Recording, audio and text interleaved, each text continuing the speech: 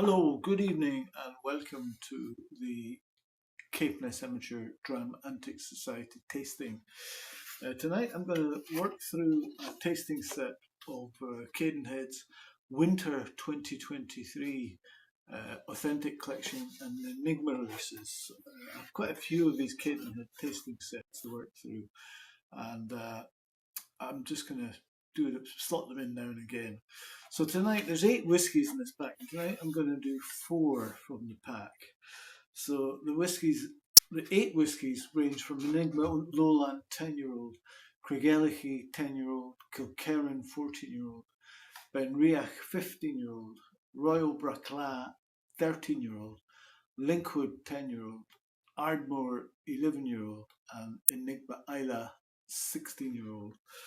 So I'm going to do 4 in this tasting, and then in a day or two's time I'm going to do the other 4. So we're going to start off with the Enigma Lowland. You do get a tasting card with these, which gives you tasting notes. But let's see where we go with this. So they come in little 2cl sample bottles. And 2cl is about right for doing a tasting, to give you an idea. And if you really like the whiskey, you can go on and purchase a bottle. They are Cask Strength, the Authentic Collection. This is actually from their Enigma collection, which they don't tell you much information about the 10-year-old, except that it was matured in a Bourbon Hogshead. There's no mention of how many bottles were made available. And this is the Enigma's second release from and it comes from the Lowland whisky region, which once was a barren land for whisky lovers. However, with the recent, possibly past whisky boom, the region is now flourishing. And when it comes to Lowland whisky, well, with whisky generally, when we don't have a named distillery, we enjoy playing detective and uncovering its secrets. Based on the fact that this is 10 years old, distilled in 2013, matured fully in a Bourbon Hogshead, and an ABV of 56.4%, bottled in November 2023. Then, based on the fact that it's 2013, it suggests that there's only a few possibilities, such as Ailsa Bay. So, if it's a good whiskey, do we really need to care about the producer if the taste is good and the price is reasonable? I'll give you a name of distillery I think it could be, or a couple of distilleries I think it could be, after I've nosed and tasted it. So, 10-year-old Lowland single malt, unnamed distillery, and you can see that it's quite pale, straw colour. These are all natural colour, unchill filtered. And it has quite nice tears. It's a bit thin on the tide line. Let's see where we go with this. So this one is 56.4. First whiskey that you always get a bit of a whiff of the alcohol, but behind that I'm getting gooseberries, lemon rind, icing sugar, a lot of lemon, sherbet, vanilla, and it's quite buttery. Certainly icing sugar. And then I'm getting shortbread, banana, and it's a little flinty. Cold stones. And yellow peppers, and there's a bit of tweed there as well. But some fruitiness, strawberry I would say. Creamy custard. Toasted cereals, a little bit of maltiness there. light caramel, waffle cones, and some artificially sweetened pear juice. Then you go back in, you get some lime zest, some floral fabric softener, even Febreze, uh, grapefruit, honeydew melon, and Robinson's lemon and lime squash. It's pleasant, but I do feel there's a little bit of a new make aroma that comes through when you get deep into it, which makes you think it's younger than the age statements suggest. Lemons and oily painting. The distillate is at the front stage and it expresses itself confidently. I'm getting white pepper, anise seeds, fresh oak, and at the base there's a whiff of honey malt. Let's try the mouth.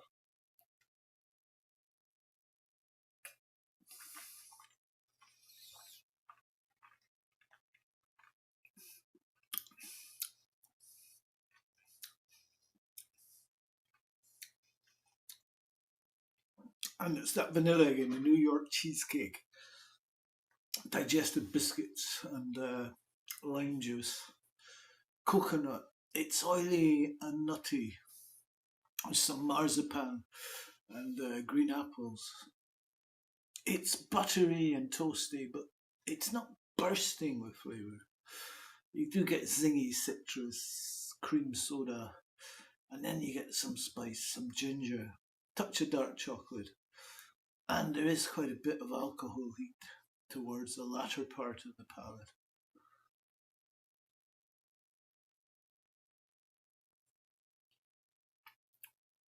It's syrupy. You get some richer flavours and a little date syrup and honey nut Cheerios, along with sweet lemon iced tea.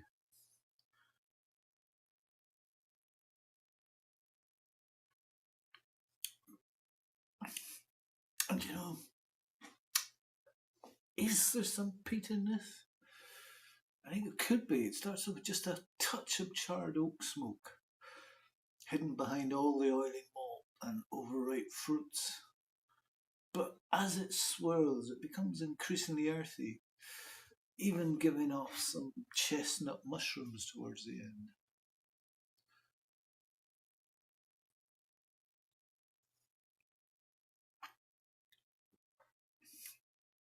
And the finish is predominantly spice, and there's a few sweeter toffee notes. It's fairly short, moderately dry, and it's a bit thinner than I expected from the palate. Brown bread and chewy fruit crumbs. I'm going to try a mill of water in this. 56.4%. Sorry, 54.6%.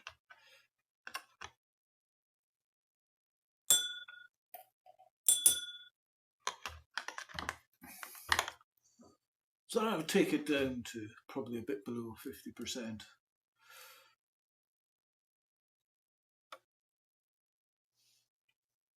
And I don't know, I think I probably do detect a little bit of mistiness there.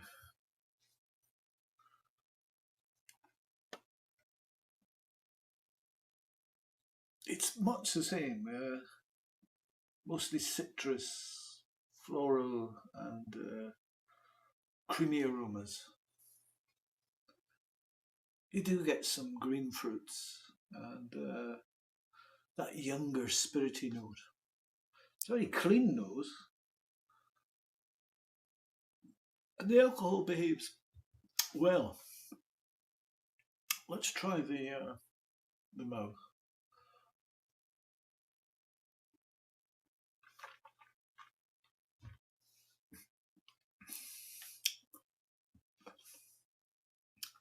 And it's not changed a lot.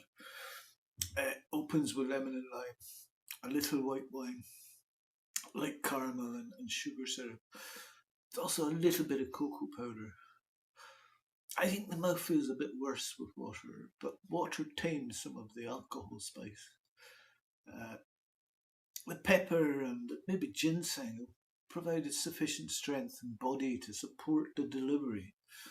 There's a slight floral citrus along the journey too.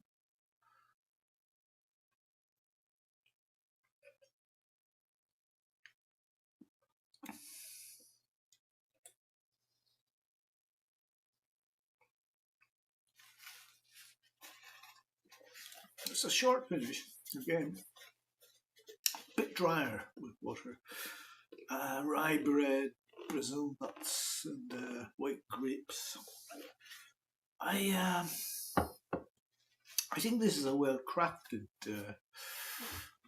uncomplicated whiskey, and it highlights the core flavours nicely, and it offers good value without any unnecessary embellishments.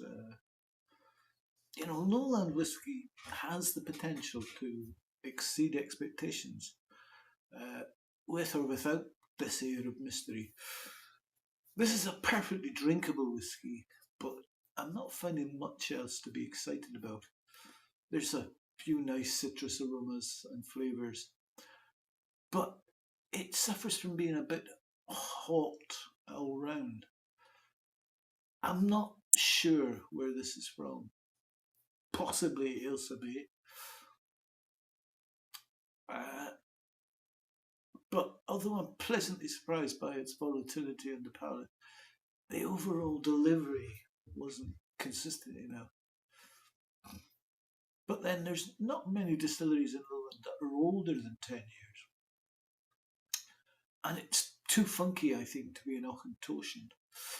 So I'd put my bet on Bladnoch or Glenkinchie.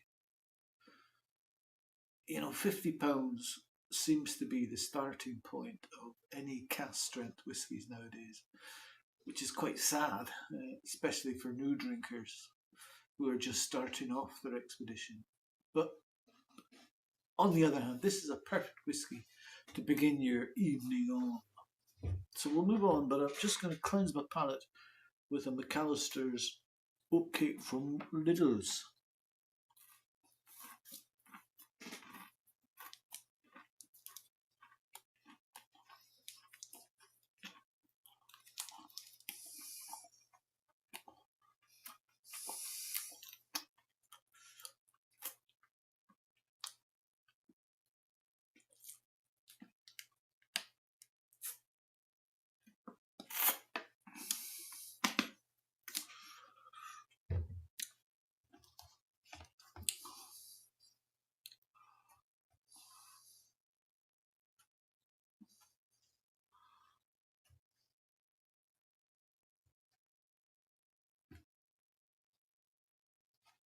So we're next moving to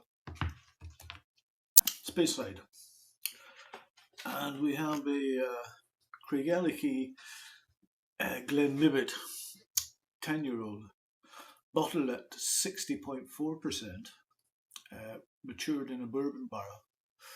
So it's distilled in 2012, bottled, it's been in a bourbon barrel since August 2020, so I presume it was in a bourbon barrel before that as well. And the bottling date was November 2023.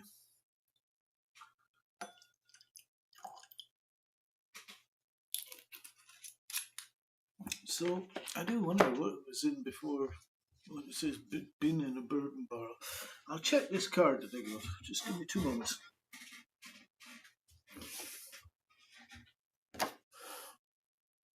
No, it doesn't say in the card it's bourbon, so it's just been matured in bourbon. Sorry about that. So number of bottles is 262. So Craigellachie is in the distillery is in the village of Craigellachie. Craigellachie means rocky hill, and that is in the centre of the Speyside region. And Craigellachie Distillery is proud of its sulphurous character. And some say that the first thing you smell as you enter the distillery is the notes of cabbage and beef stock. I think I walked along the spey from Dufftown through the spey, along the Speyside Way, passing Craigellachie, and the windows have been open, and I get struck match when I pass down there. And the distillery is quite close by, but it's not right next to you. But these notes also add weight to the palate of the mature spirit. They have a long fermentation period, and there's a fixed fruitiness within the spirit. And the topical floral note emerges in the mature spirit, which is full yet aromatic, and it's a prized malt for blending. And if I had to choose between Craigellachie and Glenallachie, I personally would go right now for Craigellachie. The Craigellachie distillate is enriched using worm tubs, which results in a full-bodied spirit. Now I know Billy Walker also goes in for long fermentation times, but I think Craigellachie sticks with me over more years. So this one caught my attention because it's young and it doesn't have a finish. When a young cask is chosen, there's usually a good reason behind it. Is it just starting to turn? But we'll soon discover if that's the case. So let's see. Craigellachie, really one of my favourites. So 10-year-old, 10 years in bourbon. It's a little darker than the first one. And it's got bigger tears. Let's see where we are on the nose. And if I was given this blind, first thing that would strike me is struck match. And I would then think, yeah, it could very well be a Craigellachie. But the struck match doesn't overpower it. I get Manuka honey, treacle toffee, salted cashew nuts. It's punchy and there's plenty of reflux and spirit character. It's a really nice start to this dram. I also get smoked almonds, wet metal, popcorn, and an apricot stone. You do get sort of dryness, the talc powder, tarragon, short crust pastry, and crushed nuts. Lemon bakewell, flaked almonds. As a floral hand sanitizer. But beyond all that, you get vanilla custard and fresh oak. And there's breakfast cereals dusted with icing sugar. This is classic Craigellachie aromas. Let's try them out.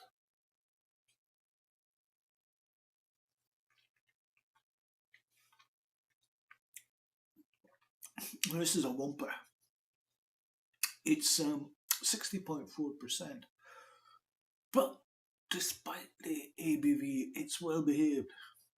I get toffee popcorn, candy floss, custard creams, caramel, white peppercorn and popcorn.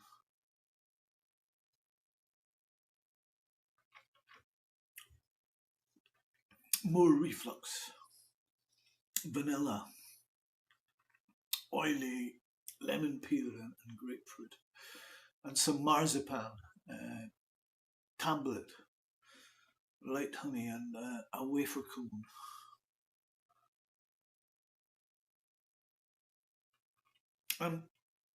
It's a powerful landing, as you would expect, with 60.4%. It's heated, but it's not burning. It's protein bars with tropical fruit chunks, ginger and black pepper, toasted oak, and peanuts.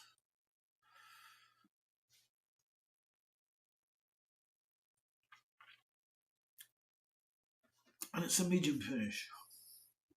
Toasted peanut butter, just a whisper of wood smoke, a moderate level of oak tannin, drying up the palate, but it's not overly dry. And for this one, I'm going to add 1.5 ml, given the very high ABV. That should probably take me down to just about below the 50%. And you can see the oiliness, the viscosity of the whiskey there.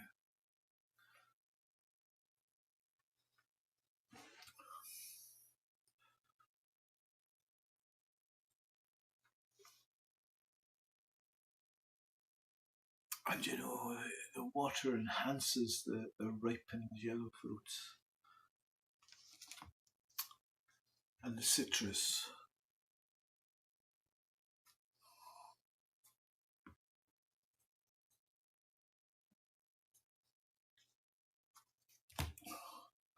And you get some honey and a whiff of waxy fruit skin. Try them out.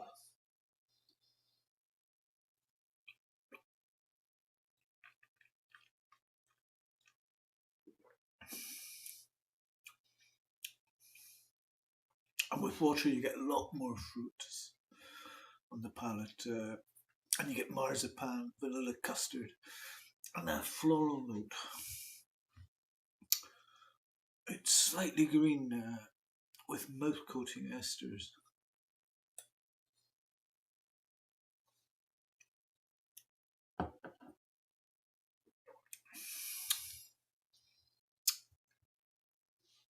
And on the finish, it's a bit more fruity lemon sherbet, but also a touch of spice, cinnamon. This is a youthful and energetic Craigellachie, and it embodies the essence of the initial stages of bottling that, if you like Craigellachie, you'll love this. If you like a bold and assertive character in your single malts, you'll like this. And the alcohol is well behaved despite the 60.4%. It doesn't feel immature at all. It's really something that it kind of attracts you towards independent bottlings. The purity of being unvatted and cask strength.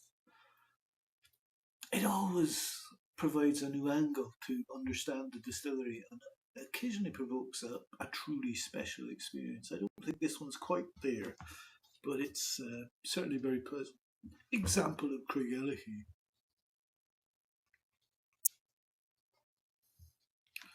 So I'll cleanse my palate again.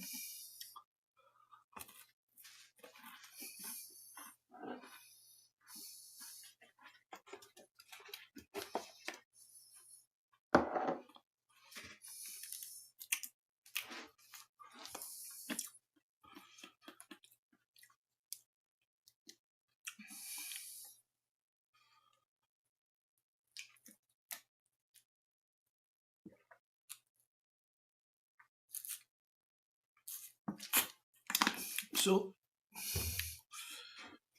for the third dram, we're going to Campbelltown. We have a Kilkerran 14-year-old, 55.8%, matured in a Bourbon Hogshead, distilled 2009, and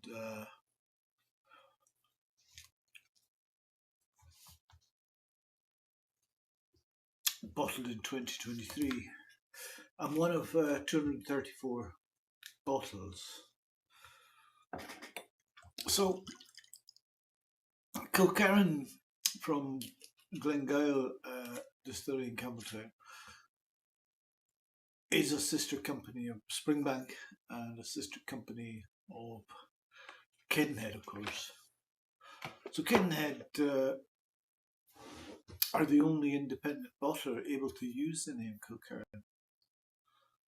And Kilkerran itself has strong character, maritime notes like saltiness and slight oiliness and sweet elements. And you could say that Kilkerran in one of the Cadenhead tasting sets is a highlight because they're quite exclusive Campbelltown malts from Springbank and Glengyle.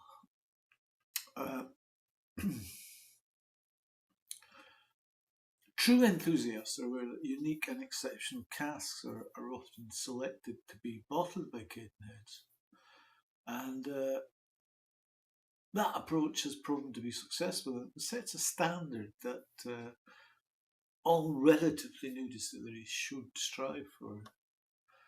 And Kilkerran, from the work in progress, you'll see me review work in progress in earlier videos. It continues to evolve and thrill us, and long may this continue. And I think they're well placed to survive any fall in the whisky market. So, Bourbon Hogshead matured Kilkerran. Let's see, it's got thin tears. And it's quite soft peat.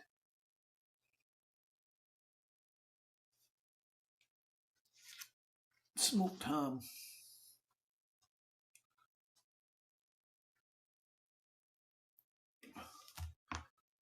Puff pastry. And it's a very light, fresh and energetic arrival. You get the vanilla, the cream soda and pine needles.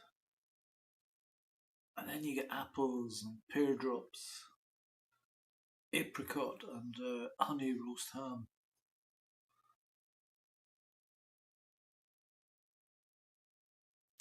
And you get some malt and unscented wax, a bit antiseptic, and some of the tangerine, the tasting notes mention.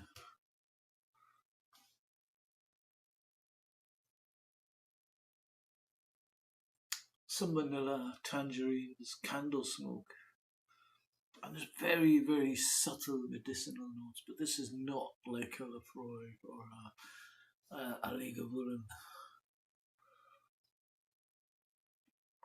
We'll try them out.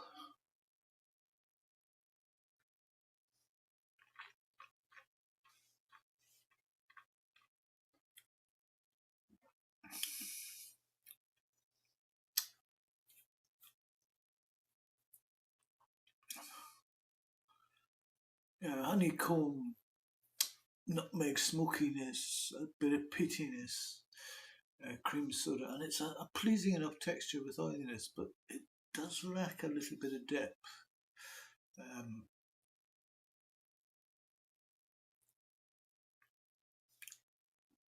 Toffee, black pepper, sappy pears, apples and sugar cubes with fruit sugars as well.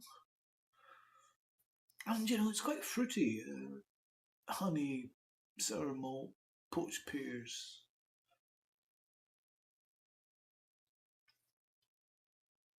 Serrano ham and drumstick sweets. I'll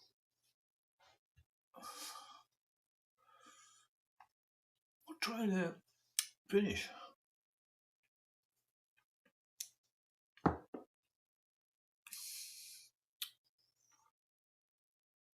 And it's honey and nutty And you get tropical fruits as well. It's quite salty and long. A maltiness lingers after the rest. Honeydew melon, licorice, and aniseed. I'm going to try a mineral water in this.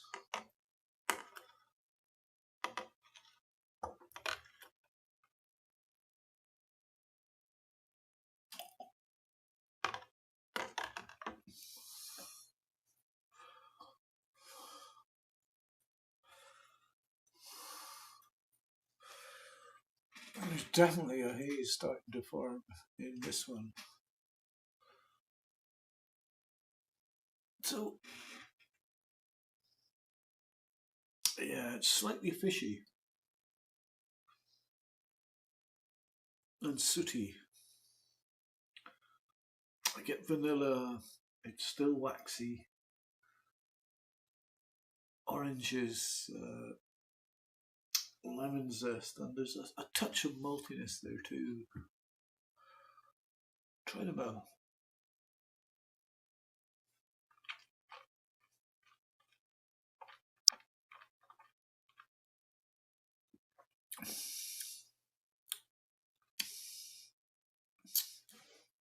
And now get demerara sugar, wet linen cloth, waxy, and there's some ham there again, dark earthy smoke, slightly vegetal, oily texture, lemon candies, and a hint of honey.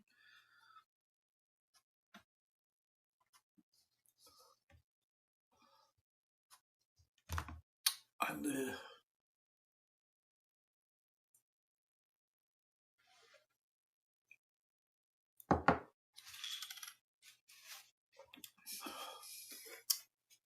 yeah, the finish is fruitier. Pineapple juice, mangoes, and a bit of salted caramel. You know what? A Kilkerran in this age range, 14 years old, can sometimes be quite challenging. There's a certain leisurely and sedimentary quality that restricts your pleasure. You anticipate an exhilarating experience, but instead you're abruptly brought back down to reality. But you know, this is a commendable whisky. I just hope for a more captivating performance for a 14-year-old Campbelltown malt from the Springbank family. So I'll cleanse my palate again.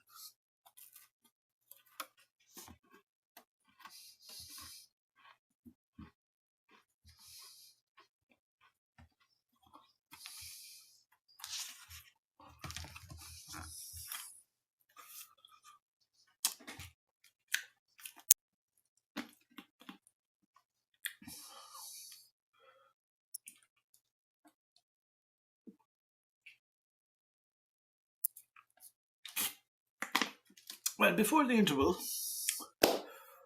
which we'll resume after that in a day or two's time with the next four in this set, we're going to review the last one of the first four. And this is Benriach Glenlivet. For Speyside whiskies, Cadenhead always add the suffix Glenlivet, which if you go to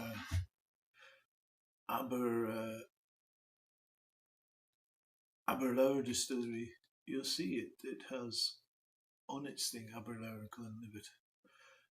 And some of the other distilleries have the suffix Glenlivet, because Glenlivet, although it is a single malt distillery, it was actually a region that in the Speyside area a lot of whiskies had the suffix Glenlivet, and Cadenhead have just carried on with that tradition. So this is a Benriach Glenlivet, but it's really a Benriach, 15-year-old at 55.2%. Distilled in 2008 and bottled in 2023, and was put in the Manzanilla Hogshead in September 2020, so spent just over 3 years in the Manzanilla Hogshead. That's 3 years of its 15 years. Bottled at 55.2%, and there's 282 bottles. So, Benriach, I've tasted a few Benriachs, did a tasting once.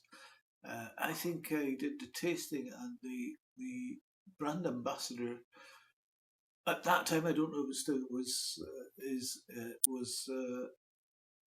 Gordon Buchanan, the Wildlife photographer's brother, and he was really excellent talking through tasting. You'll probably find stuff on YouTube with him presenting Benriach whiskies.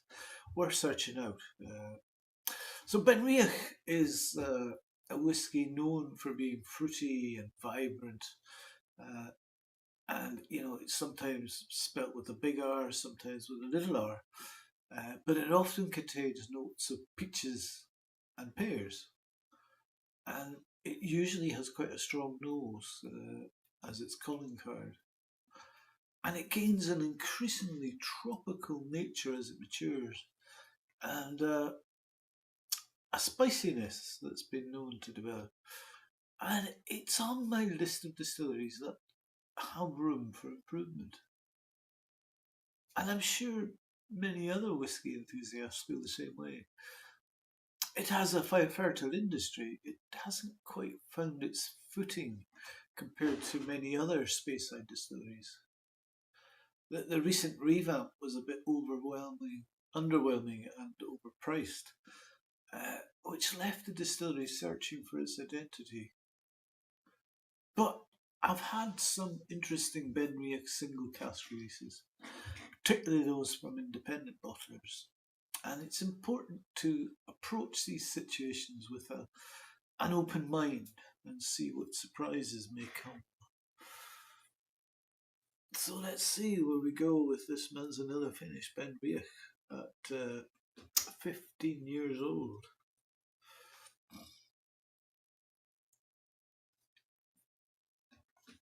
So it has a thin tide lead.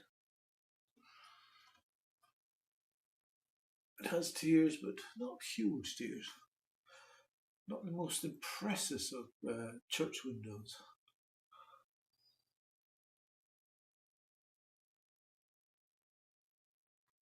I do get some hazelnut chocolate.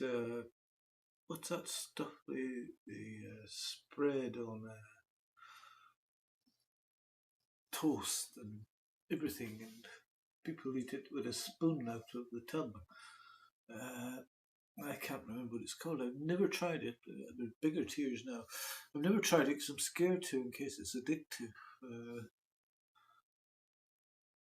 But yeah, hazelnut chocolate, marzipan.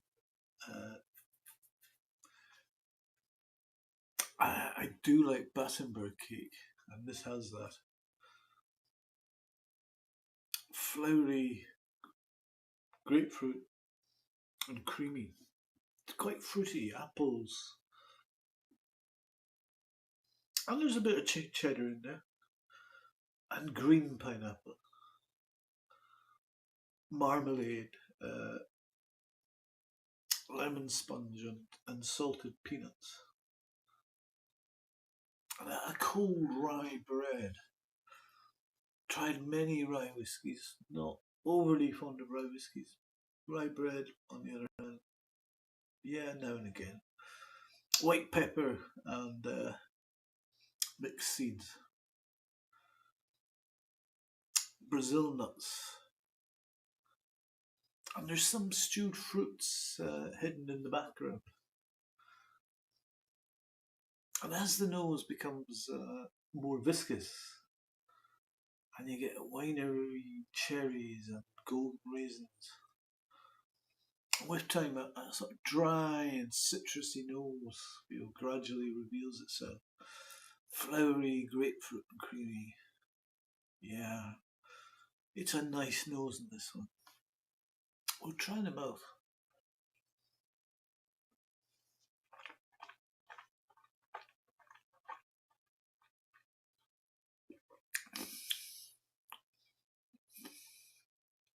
that's an old-fashioned whiskey taste. I get stem ginger, orange, some fruits, honey, butter,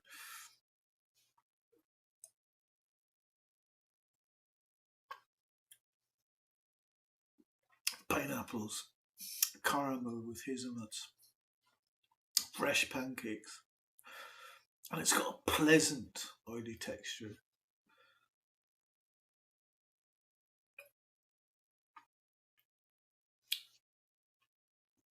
It's doughy with almonds and chamomile, and the bitter oak jumps out along with the malty spices, but it's not overpowering. It's balanced, and you get porridge with a drop of honey, candied orange, dark grapes and plums cooked with the skin on, ginger, nutmeg, cardamom, cedarwood, and there's a touch of earthy rancio at the back. Even at just 15 years old, there's some fruits, honey, pineapples, caramel, and that hazelnuts again.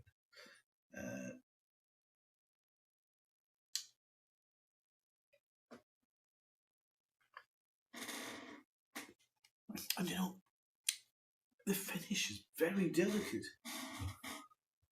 It's medium. It's medium to short. It's moderately dry, but you get brandy butter, blood oranges, and dried mango. And the fruits remain quite shy until the end. Slightly overshadowed by the tannin, the oak tannin, the ginger, and the black pepper.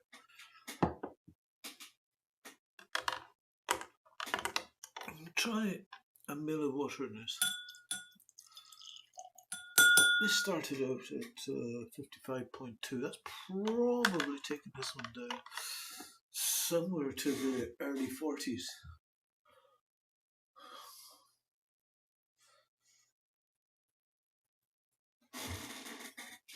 And yeah, there's a little bit of mist there. And it does change the nose quite considerably. I much prefer the nose of this without water. It's become more like wall polish and fresh dough with raisins. I'm trying them out.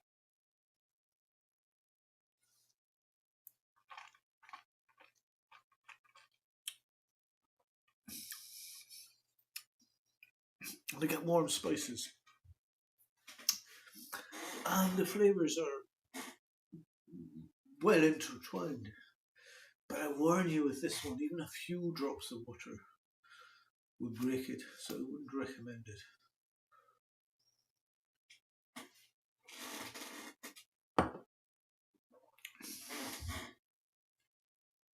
And the finish unfolds completely once you've added water. So what I'm saying there definitely is don't add water to this, or at least if you do, a drop, two maybe, but nothing much.